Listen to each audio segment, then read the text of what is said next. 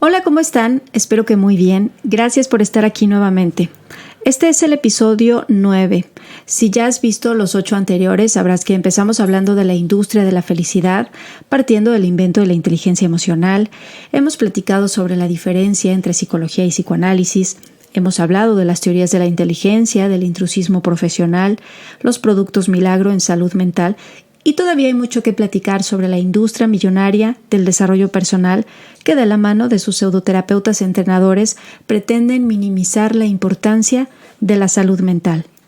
Ya te habrás dado cuenta, este no es un canal sensacionalista o amarillista, no soy una psicóloga que busque prostituir su profesión con tal de generar likes o ser influencer, para así cobrar 2,000 pesos por sesión en un país donde la gente no tiene acceso a servicios públicos de salud mental de calidad y tiene que decantar lamentablemente por la consulta privada, donde lo que tenemos al alcance es la pseudopsicología como cortina de humo que no nos permite tener acceso a información y a servicios de calidad.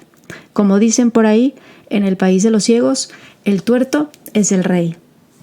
Así que la principal función de este canal es brindarte la información que te sea útil a la hora de elegir a un buen profesional con quien desees iniciar un proceso de psicoterapia para cuidar tu salud mental.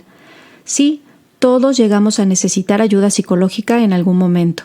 Que lo aceptemos o no, esa es otra historia. Lo ideal sería tener el teléfono de nuestro psicólogo de cabecera. Lamentablemente la cultura de prevención no es característica de los mexicanos o latinos en general. Buscamos ayuda cuando estamos en plena crisis y la alta, aguda y displacentera emocionalidad no nos permite tomar en ocasiones buenas decisiones. Así que corremos el riesgo de caer en cualquier lugar y de ser capaces de hacer lo que sea con tal de ya no sentirnos tan mal. Es por ello que en este video hablaremos de lo bueno, lo malo y lo feo de la psicoterapia. Así que comencemos porque hay mucho que platicar. Bienvenidos. Lo bueno de la psicoterapia es que los psicólogos que se dedican a esta profesión aplican procedimientos científicamente validados para la creación de hábitos más sanos y efectivos. La psicoterapia es un tratamiento de colaboración basado en la relación entre una persona y el psicólogo. Como su base fundamental es el diálogo, proporciona un ambiente de apoyo que le permite hablar abiertamente con alguien objetivo, neutral e imparcial. Lo malo de este punto es que gracias a los pseudopsicólogos y psicólogos poco éticos se tiene la creencia de que en terapia se dan consejos, pero esto es erróneo. No se le dice ni se le tiene que decir a la persona qué hacer con su vida.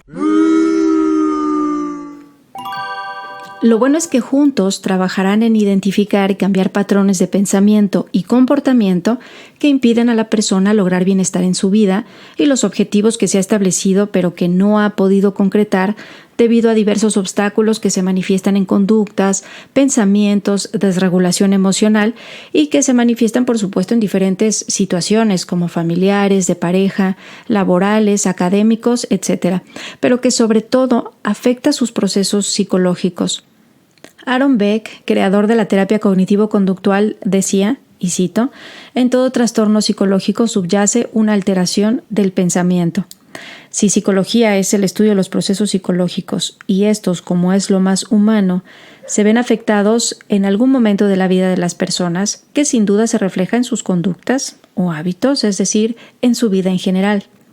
Esto aún no lo hemos platicado, pero el desarrollo personal surge de la denominada psicología humanista, que fue cuando, como dirían coloquialmente, le cayeron moscas al pastel, pues la psicología humanista es la que permite la entrada de diversas pseudointervenciones que romantizan el desarrollo y el potencial y satanizan los problemas psicológicos comunes a todos.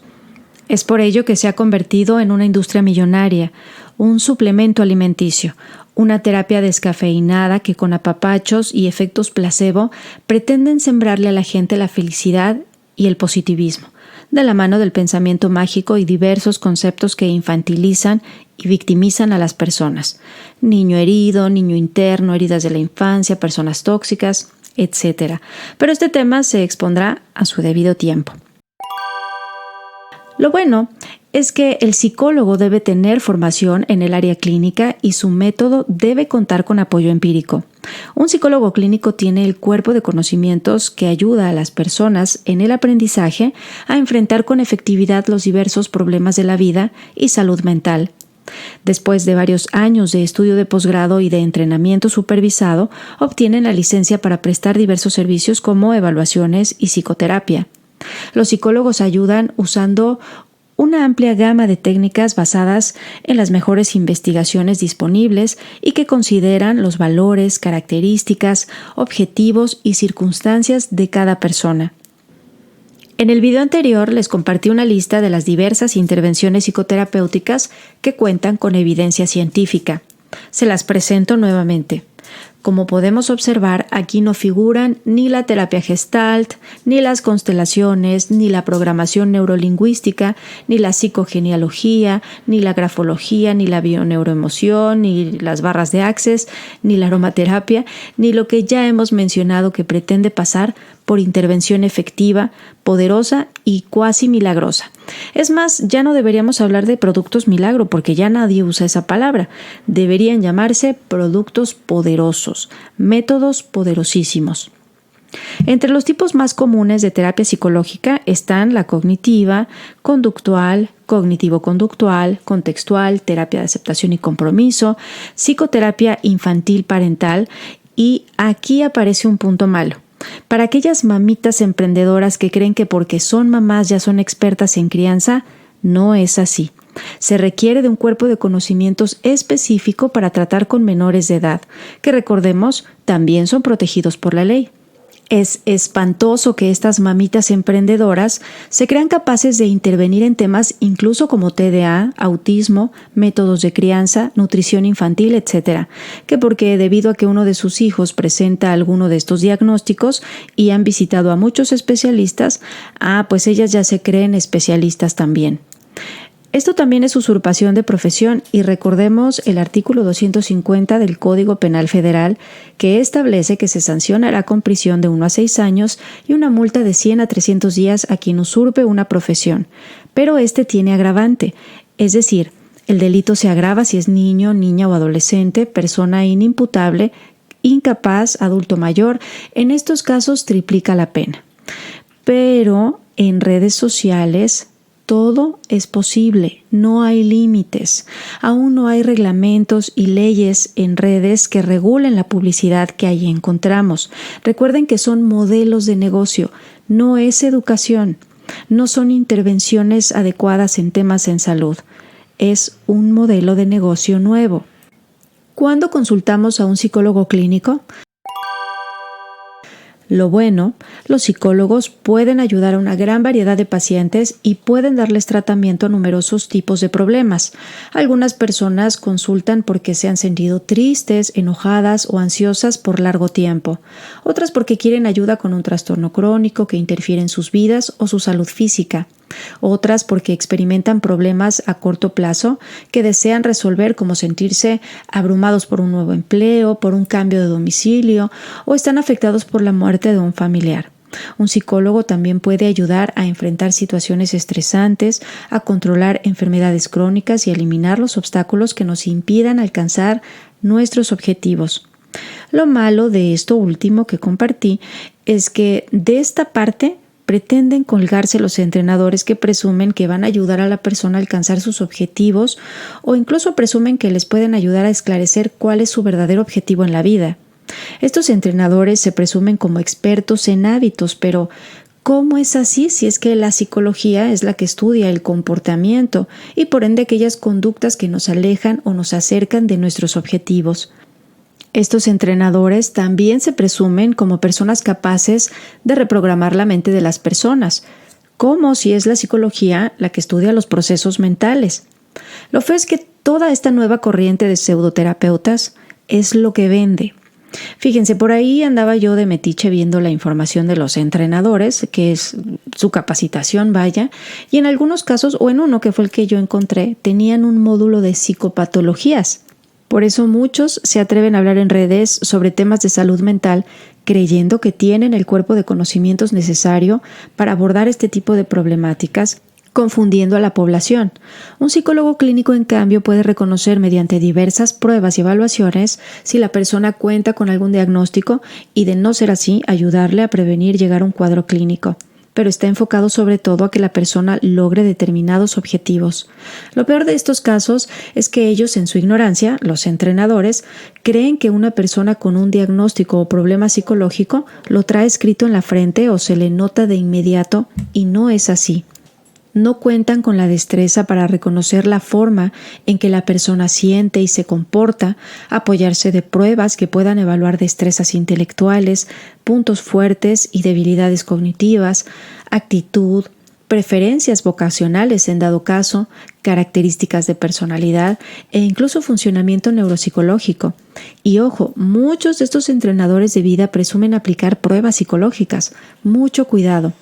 En un video hemos abordado ya la importancia de la aplicación de este tipo de pruebas, que son una herramienta, un apoyo, y que para obtener un diagnóstico se requiere de diversas pruebas y evaluaciones y, por supuesto, la pericia clínica. Todo esto dentro del marco, que les diré hasta el cansancio una y otra vez, ético y legal. Estas personas hacen lo que hacen porque pueden hacerlo libremente y venderse en redes sociales, pero aquí estamos los que queremos ayudarlos a que no caigan en malas manos. Otra cosa buena de la psicoterapia son los derechos de los pacientes. Hagamos un listado de los derechos generales de los pacientes. Recibir atención adecuada y de calidad, recibir trato digno y respetuoso, recibir información suficiente, derecho a la privacidad, etc. Ahorita los vamos a analizar uno a uno. Es tu derecho como paciente obtener la información necesaria desde un inicio, y esto se logra mediante el consentimiento informado. Los principios morales generales de ponderar los riesgos con los beneficios, actuar con integridad, buscar justicia y respetar los derechos y la dignidad de las personas proporcionan un punto de partida útil para pensar en la ética de la psicología aplicada. Ya hemos mencionado que ha habido otros códigos éticos, sin embargo, es el Código de Nuremberg que surge del juicio contra los médicos llevado a cabo a finales de la Segunda Guerra Mundial en 1947. Este código proporcionó un estándar contra el cual comparar el comportamiento de los hombres en juicio, muchos de los cuales finalmente fueron condenados y encarcelados o condenados a muerte. El Código de Nuremberg fue particularmente claro sobre la importancia de sopesar cuidadosamente los riesgos con los beneficios y la necesidad de un consentimiento informado. La teoría de la moral común o teoría principalista de Beauchamp y Childress tuvo una gran influencia en los orígenes de la bioética como ciencia, de la cual ya hemos comentado algo. Dicha teoría retoma 3 principios éticos básicos del informe Belmont o The Belmont Report, que son autonomía, respeto a la capacidad de las personas para tomar decisiones, beneficencia, normas sobre la adjudicación de beneficios y el análisis del prejuicio-beneficio, justicia, grupo de normas que garantizan la distribución justa de los beneficios, riesgos y costes, y Beauchamp y Childress añaden un cuarto, no maleficencia, que se refiere a evitar daños y perjuicios. El Código Ético de los Psicólogos deriva de estos documentos importantes: el Código de Nuremberg, la Declaración de Helsinki, el Informe Belmont y la Política Federal para la Protección de Sujetos Humanos. El consentimiento informado es el proceso en el que una persona acepta participar en una investigación o intervención conociendo los riesgos, beneficios, consecuencias o implicaciones que se puedan presentar. Es un tipo de contrato terapéutico que hace referencia a un acuerdo mutuo entre el paciente y el profesional. Mediante este documento se delimitan el marco y los criterios de la relación profesional que ambas partes deciden establecer. Permite esclarecer lo que se espera como derechos y responsabilidades y aumenta considerablemente la probabilidad de éxito. Tiene una importancia legal. Puede llegar a ser requerido en casos de procedimientos judiciales por mala praxis o cualquier proceso que afecte al profesional. Este documento permite que se cumplan los derechos del paciente, pero además deja claro que tanto el profesional como el paciente tienen derechos y adquieren obligaciones. En este documento se tratan aspectos importantes como la modalidad en la asistencia, la confidencialidad, aspectos éticos del abordaje profesional, pago de honorarios, términos de cancelación y reprogramación de las sesiones, entre otros. El profesional entrega dicho documento al paciente, éste lo lee, se aclaran dudas en caso de haberlas y, de no ser así, se inicia como mutuo acuerdo el inicio de un tratamiento o una intervención psicoterapéutica. En caso de tratarse de menores de edad, el documento tiene algunas modificaciones, pues son los padres o tutores quienes firman el documento. Consentimiento informado y los derechos del paciente. Bien, volvamos a la lista para ir punto a punto. Recibir atención adecuada y de calidad. Esta parte se cubre con que el paciente cuente con la información adecuada para elegir a un psicólogo, la que yo les estoy brindando, un psicólogo con la formación adecuada en psicoterapia y en una con base científica. Recuerden que ahora le llaman psicoterapia a cualquier cosa, hasta hay psicoterapia energética. Eso es un invento de sus cabecitas saturadas de imaginación. El psicólogo debe contar con la licenciatura y cédula profesional correspondiente o cédula de maestría y diversas capacitaciones, diplomados, cursos que forman parte de su preparación continua en ciencia, como lo indica el artículo 1 del Código Ético. Recibir trato digno y respetuoso. Además de los códigos y documentos mencionados, también están involucrados los derechos humanos. La Declaración Universal de los Derechos Humanos es adoptada por la Asamblea General de la ONU en 1948. Los primeros artículos establecen que todos los seres humanos nacen libres e iguales en dignidad y derechos. Es decir, toda persona tiene los derechos y libertades proclamados sin distinción alguna de raza, color, sexo, idioma, religión, opinión política o de cualquier otra índole, origen nacional o social, posición económica, nacimiento o cualquier otra condición. Todos tenemos derecho a la vida, la libertad y la seguridad. Nadie estará sometido a esclavitud ni a servidumbre. La esclavitud y la trata de esclavos están prohibidas en todas sus formas. Sin comentarios. Nadie será sometido a torturas ni a penas o tratos crueles, inhumanos o degradantes, entre otros. Aunque no lo crean, esto de la protección de los derechos humanos y de los derechos de los pacientes no siempre sucede. Muchas personas tienen la creencia de que al tomar terapia psicológica o cualquier otro tipo de terapia se están sometiendo a la voluntad del profesional porque él sabe lo que está haciendo. Esa actitud paternalista que se percibía en la atención médica también se ve en estos escenarios. Recordemos que hablamos de una relación profesional donde ambos tienen derechos y obligaciones ante la ley. Por lo tanto, si algo no te gusta del trato que recibes por parte del terapeuta, puedes decirlo abiertamente o dejar de asistir. Es tu derecho. No estás obligado o obligada a nada que te haga sentir incomodidad. Y muchas pseudointervenciones someten a las personas en la búsqueda de una imperante catarsis para sanar la infancia y las emociones reprimidas. Cuidado con la sugestión de estos charlatanes, porque esto no es otra cosa que pisotear la dignidad de una persona vulnerable. Es con todas sus letras un delito. Recordemos que sí hay intervenciones basadas en la evidencia menos agresivas para la psique de las personas que estas pseudointervenciones sin evidencia en su eficacia. Recibir información suficiente, clara, oportuna y veraz. Este es otro tema. Bueno, el profesional al presentarse, al introducir a la persona a su consulta y enfoque con el que trabaja, este debe estar siempre asegurándose que la persona ha entendido y comprendido la información. Esto es en las primeras sesiones. No solo se trata de sentarse directamente y obtener información del paciente para su expediente clínico. Debe haber un reconocimiento por ambas partes para que el paciente se sienta cómodo, para que conozca al profesional, para que éste aclare todas sus dudas. Es lo que se denomina en psicología un buen rapport, que significa, que es una palabra de origen francés que significa traer de vuelta o crear una relación. Se utiliza para referirse a esta técnica de crear una conexión de empatía con otra persona para que se comunique con menor resistencia. ¿Y qué creen? También los entrenadores se han robado este concepto. Les digo que ellos vienen con todo a salvar al mundo con su desarrollo humano y su positivismo tóxico.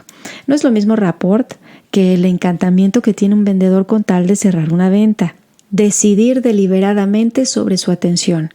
El paciente puede asistir por información a una primera sesión, analizar todo lo que se le exponga y decidir si inicia un proceso o no, o desea una segunda opinión. Es parte de su autonomía. Derecho a la privacidad y a la confidencialidad. el famoso secreto profesional. La confidencialidad es un precepto ético y el psicólogo debe proteger toda la información que deriva del proceso. Sin embargo, este derecho puede romperse cuando la vida del paciente o de un tercero se encuentra en peligro. Para entender bajo qué condiciones y por qué, es importante conocer el caso Tarasov. Prosenjit Poddar, nacido en India, llegó a estudiar a California a finales de los años 60. En ese estado conoció en el otoño de 1968 a Tatiana Tarasov durante actividades recreativas de la residencia estudiantil donde vivía. Iniciaron una relación que Prosenjit interpretó como seria, visión que no era compartida por Tatiana. Al darse cuenta de la disparidad de opiniones, Tatiana le dijo a Prosenjit que estaba comprometida con otro hombre y que no deseaba iniciar una relación con él. El rechazo provocó en el estudiante una seria crisis emocional, descuidó su apariencia personal y su ánimo se tornó fuertemente depresivo. Durante 1969, Prosenjit buscó apoyo profesional y en agosto de ese año figuraba como paciente externo en el Cowell Memorial Hospital. Al principio fue visto por el médico psiquiatra Stuart Gould, para posteriormente ser derivado al psicólogo Lawrence Moore. En su 9ª sesión con Moore, el 18 de agosto de 1969, el estudiante expuso que iba a matar a una mujer, claramente identificable como Tatiana, cuando ésta regresara de un viaje que estaba haciendo en Brasil. 2 días después, Moore notificó a la policía que Poddar sufría de una reacción esquizofrénica paranoide y que se encontraba en riesgo de dañarse a sí mismo o a otros. La policía del campus retuvo a Poddar y lo liberó una vez satisfecha que el estudiante había cambiado de actitud y aparentemente por la intercesión del director de psiquiatría del centro asistencial, quien solicitó al jefe de la policía la devolución de la carta de Moore y ordenó a éste la destrucción de sus registros en la terapia, así como las copias de la carta enviada a la policía. En octubre siguiente, Tatiana, al regresar de su viaje de Brasil, continuó siendo acosada por Poddar, quien le arrebata la vida al negarse a sus requerimientos. Moore, en su testimonio judicial, reveló que Poddar había dado a conocer sus intenciones de con Tatiana durante las sesiones de terapia. Subsecuentemente, durante las audiencias, surgieron serias discrepancias entre los peritos presentados por las partes respecto al exacto diagnóstico del imputado, terminando en una condena de primera instancia por homicidio en segundo grado. Los recursos presentados por la Corte de Apelaciones y posteriormente a la Corte Suprema de California, sin embargo, terminaron por encontrar vicios de procedimiento que obligaban a reconducir el juicio, lo que fue conmutado por la expulsión de Poddar a la India, donde, de acuerdo a algunos autores, se casó felizmente con una abogada. Los padres de Tatiana Tarasov, por su parte, decidieron querellarse en contra de la Universidad de California y sus psicoterapeutas. Una de las quejas contenidas en la demanda era que los psicoterapeutas no habían dado oportuno aviso a Tatiana o a sus cercanos de las intenciones que tenía Prosenjit. Tanto la Corte del Condado de Alameda como la Corte de Apelaciones correspondiente encontraron que no había razones para condenar, agregando esta última que al no existir relación entre el psicoterapeuta y Tatiana o sus padres, no existía por consiguiente la obligación de informar. La Corte Suprema de California, sin embargo, pensó distinto. En su decisión final sostuvo, entre otras consideraciones, lo siguiente: los terapeutas no pueden escapar a su responsabilidad simplemente porque Tatiana no era su paciente. Cuando un terapeuta determina o de acuerdo a los estándares de su profesión debiese determinar que su paciente representa un serio peligro para otros, le asiste la obligación de ejercer cuidados razonables dirigidos a proteger a las víctimas al peligro. El cumplimiento de este deber puede requerir del terapeuta tomar una o varias medidas dependiendo de la naturaleza del caso. Así puede llevarlo a advertir a la posible víctima o a otros que puedan advertir a la víctima del peligro, notificar a la policía o tomar las medidas que sean razonablemente necesarias en esas circunstancias. El caso Tarasov no es el único. Hay muchos casos de este tipo y es por ello que se plantean problemas éticos, legales y prácticos. Todo psicoterapeuta debe tener conocimiento de los alcances y límites del ejercicio de su profesión. El psicólogo clínico puede llegar a ser llamado ante la justicia para que exponga y defienda sus conclusiones. Incluso un psicólogo forense o especialista en psicología jurídica puede solicitar su apoyo sobre la metodología. Por lo tanto, la figura del psicólogo clínico es importante ante la ley. Es por ello que el psicólogo debe tener conocimientos sobre cómo elaborar un informe pericial psicológico. Los jueces y abogados lo solicitan como herramienta para determinar la situación mental del acusado en el momento de los hechos.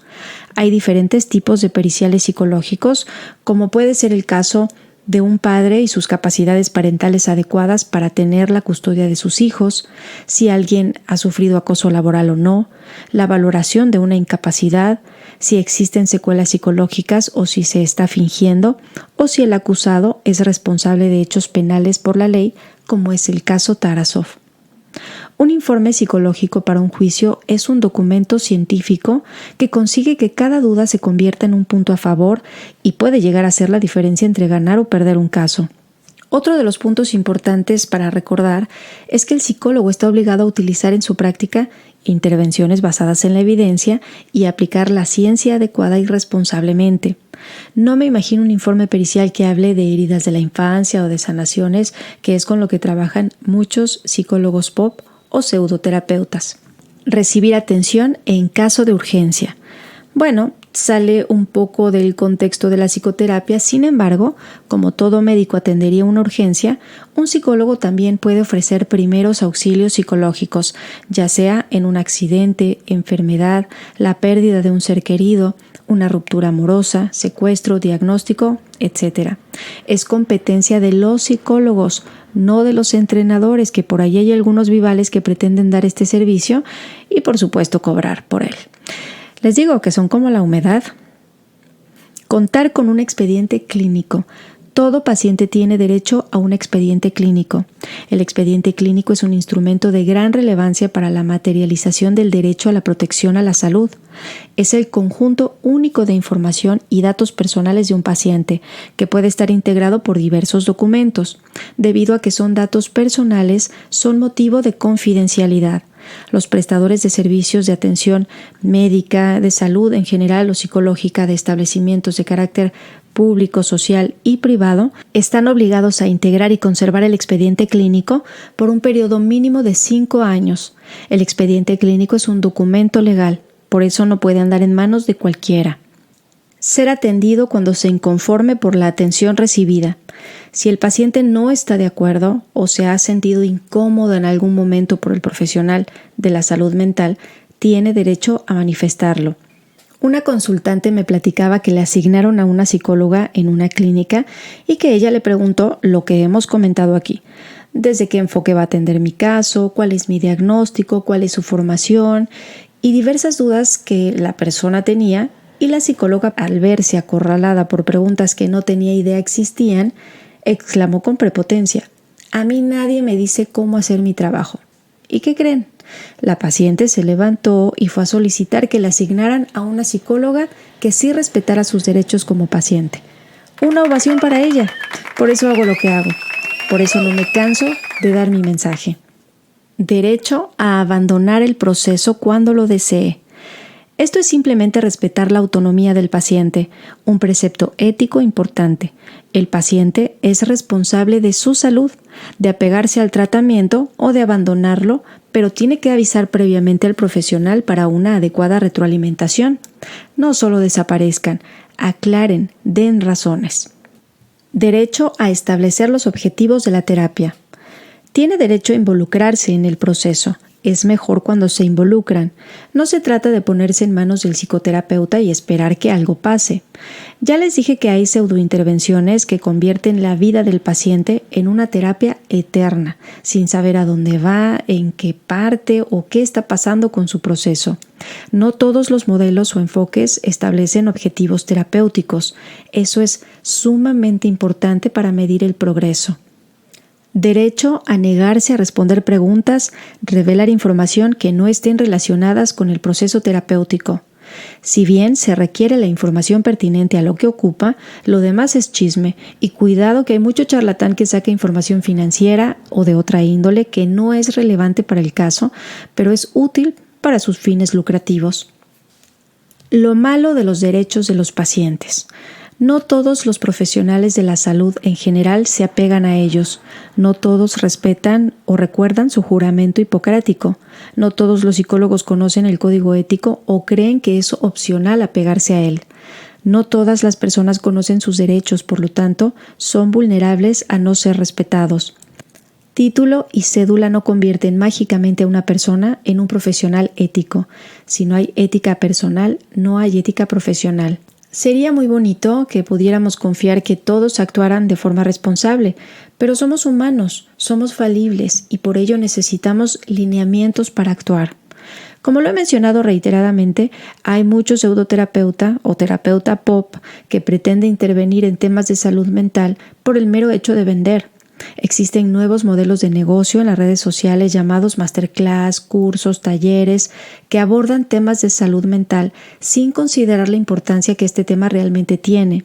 Sobre todo recordemos que si la salud mental es un bien jurídico, básicamente todos están incurriendo en un delito y a pesar de la regulación que existe para poder ejercer como tal, se abusa de la ignorancia de las personas que caen en esta enorme diversidad de pseudointervenciones para elevar la autoestima, sanar heridas de la infancia, el niño interno, desarrollo humano, entrenamientos, acompañamientos y todo lo relacionado. Lo de hoy es ser todólogo. Lo malo es que no se tiene una apreciación objetiva del ejercicio de la profesión del psicólogo. Vaya, hay mucho mito y estigma que recae en esta profesión. Lo feo es que las personas, los ciudadanos, los usuarios de los servicios de salud mental o psicológica están muy mal informados y si el algoritmo de redes o el algoritmo interno les dice que un entrenador de heridas de la infancia es lo mejor, pues está destinado a ser víctima y a aplazar su tratamiento por varios años más. Recordemos que lo que hace la enorme diferencia entre un tratamiento sin evidencia y uno con evidencia es la prevención de recaídas. Como les decía en el video anterior, gracias al efecto placebo, todos podemos sentirnos bien con cualquier intervención, pero destinados a volver a las mismas conductas, a los mismos pensamientos, a los mismos patrones en algún momento, sin las herramientas de afrontamiento necesarias para los problemas que inevitablemente surgirán como parte de la vida. Entonces la persona volverá por su shot motivacional o se volverá adicta a estos porque no puede hacer su vida sin la motivación extrínseca que venden estas personas y que los convierte en un producto adictivo. Al estar en redes y vivir de las redes, ellos ganan por tenerte enganchado en la pantalla del dispositivo electrónico. Tú eres el producto. Por eso no se le puede llamar atención a la salud, nueva forma de educación o autoeducación a lo que se vende en redes. Mucho de ello es un modelo de negocio que ha generado profesiones inexistentes. Vaya que solo existen en sus mentecitas llenas de imaginación.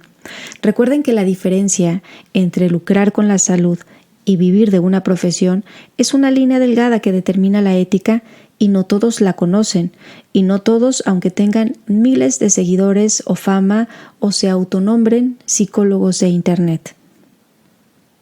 En lo personal, agregaré que la profesión de la consulta psicológica es hermosa. Jamás me imaginé todo lo que aquí descubriría. Hace un año aproximadamente abrí el canal y les compartí mi testimonio y lo que me costó encontrar verdadera ayuda profesional y valiosísimo tiempo que perdí en intervenciones que nada tenían que ver con la psicología, aunque se vendían como tal. Hoy de este lado me doy cuenta que derecho humano es un concepto que en ocasiones asumimos con mucha ligereza, pero la dignidad que hay en todos nosotros no tiene precio y nadie tendría por qué menospreciarla. A esas personas que hoy creen que tienen baja autoestima porque es lo que escuchan por todos lados, a esas personas que creen que tienen que esforzarse para llegar a ser su mejor versión, yo les digo lo siguiente. Tú eres una persona digna de ser amada, de ser respetada, valorada, de ser escuchada y ser tomada en serio, sobre todo por ti.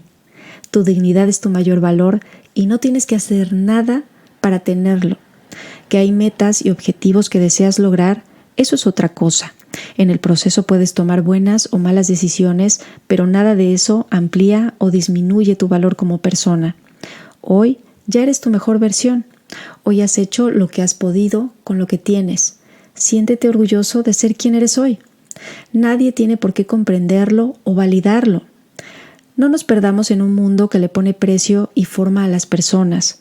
No vivamos en la apariencia pretendiendo demostrarle a los demás que tenemos valor, porque eso es insostenible. El que sabe lo que vale no necesita hacer eso. Esta profesión me ha permitido reconocer la dignidad en todas las personas.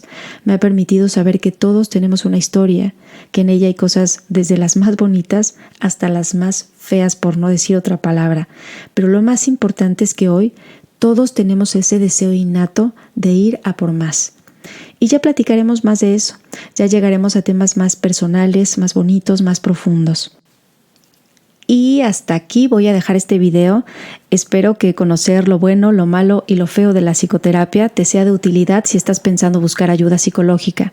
Si ya estás en un proceso, pon a prueba a tu psicólogo. Pídele información si es que no te la ha dado. Que vea que estás informado. Yo soy Isabel Estrada y me despido feliz y contenta porque tú ya estás sintonizado y cuidando tu salud mental. Gracias.